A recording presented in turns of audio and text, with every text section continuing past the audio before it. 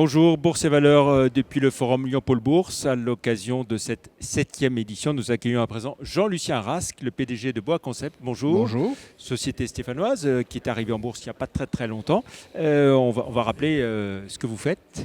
Eh bien, nous fournissons des équipements et des installations complètes pour la préparation de commandes dans les entrepôts, donc pour la logistique, pour des clients qui vous livrent des colis chez vous, en fait, avec des produits dedans. Donc, le plus grand, c'est Amazon, mais bon, c'est pas dans les clients directs que nous avons, mais vous avez des gens comme Aromazone, Zoomalia, Moto Blues, et j'en passe. Voilà, vous aviez commencé l'année avec une acquisition. Nous avons commencé l'année, donc nous avons finalisé une acquisition d'une entreprise belge au mois d'avril. Donc une entreprise qui devrait faire au niveau de cette année aux environs de 10 millions d'euros de chiffre d'affaires, qui est comme nous a des difficultés vis-à-vis du contexte économique en fait. Voilà. Alors, on va revenir, oui, sur vous avez publié vos résultats semestriels. Un premier semestre compliqué, on va dire, hein, avec une baisse d'activité importante. 40% de baisse d'activité. Avec un résultat négatif, donc, puisque nous sommes en dessous du point mort. Mais nous sommes confiants parce que nous avons une trésorerie importante, à 9,5 millions, 9,6 je crois, quelque chose comme ça. Qui va s'augmenter parce qu'on est en train de finaliser un dernier prêt sur l'acquisition d'Easy System sur lequel on avait avancé le cash. Et donc on devrait avoir 1,5 million de plus sur notre trésorerie. Avec, Alors cette baisse d'activité, elle ne concerne pas que la France. Hein, elle ne conserve pas uniquement la France, c'est quasiment toute l'Europe qui est comme ça, Ouais. parce que Easy System a exactement le même problème. L'Allemagne est en difficulté. Et nous avons des fournisseurs de divers types qui ont des baisses de chiffre d'affaires extrêmement importantes. Je disais, on a un partenaire qui fournit des machines et ils n'ont pas fait de commandes depuis le début de l'année. C'est vous dire l'importance du marasme. En fait, qu'est-ce qui se passe? C'est on subit en fait les contre-effets de l'euphorie post-Covid avec un suréquipement. Le e-business avait 3 ans d'avance sur ses business plans. Et maintenant, on revient dans la normale et donc il n'y a plus d'équipement.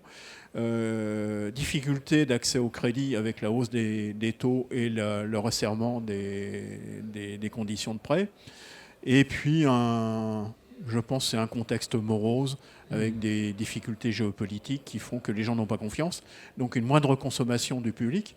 Donc effectivement, moins d'installations nécessaires. Alors ce que je disais il y a 6 mois, 1 an, c'est 5% d'inflation, 1% de PIB, ça fait 4% en volume en moins. Donc vous voyez qu'il y a 4% de volume en moins dans les entrepôts à préparer, donc moins de besoin d'installation. Mais ceci devrait repartir. Voilà, vous voyez les choses, vous sentez frémir les choses On ou sent pas frémir du les tout choses. Alors encore. sur cette année, ce que je peux dire, ce que nous avons annoncé, c'est qu'on sera au point mort, c'est-à-dire on fera aux alentours de 12 millions à la fin de l'année à l'équilibre, normalement, s'il n'y a pas de retard, si un client ne nous dit pas il faut décaler l'installation. Ceci dit, on est à l'avancement en termes de constatation de chiffre d'affaires, donc ça devrait être très atténué. Et en termes de carnet de commandes jusqu'à la fin de l'année. Carnet de commandes, c'est plein. Il n'y a pas Oui. sur ce D'accord. montant-là. Et on commence à avoir des commandes pour l'année prochaine. Et surtout, c'est qu'on a un carnet de prospects qui a jamais été aussi haut. On est à plus de 35 millions de dossiers en cours. Le problème, c'est que les décisions se décalent ou s'annulent, ou en fait le contexte est morose. Mais ça commence à frémir.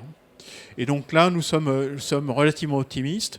D'habitude, je suis plutôt calme sur ce qu'on annonce, sur les choses. Je pense que ça devrait quand même s'améliorer sur 2025. Ça m'étonnerait que ça puisse empirer quand même dans l'état où est l'activité. Voilà, donc une année globalement qui devrait vous permettre de maintenir l'équilibre. Et de voir l'avenir tranquillement. Plus sereinement. Ce qui nous permet de développer et d'améliorer un certain nombre de choses chez nous. On a un peu plus de temps pour développer des choses, donc avec les nouveaux produits. Et là, pour la vision vraiment optimiste, on a pris de l'avance sur un développement en Amérique du Nord. Alors, de quelle façon? De quelle façon?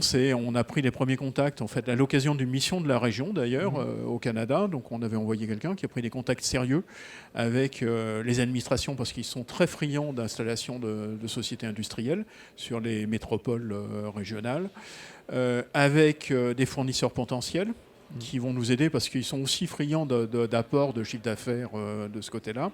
Et ils travaillent beaucoup en réseau, c'est-à-dire donc quand vous êtes avec quelqu'un, ça permet de travailler, d'avoir beaucoup de contacts autour.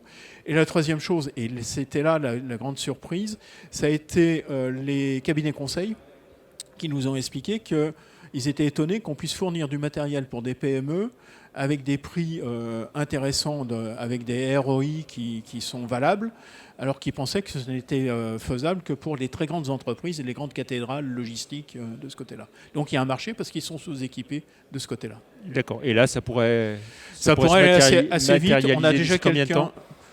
Alors, on a quelqu'un qui, à partir du mois d'octobre, va être à mi-temps sur ce projet, c'est-à-dire quasiment 15 jours par mois au Canada. Alors, sachant que ça peut se décaler un peu, parce qu'il faut absolument conserver les contacts, sinon ils vont se désintéresser du sujet.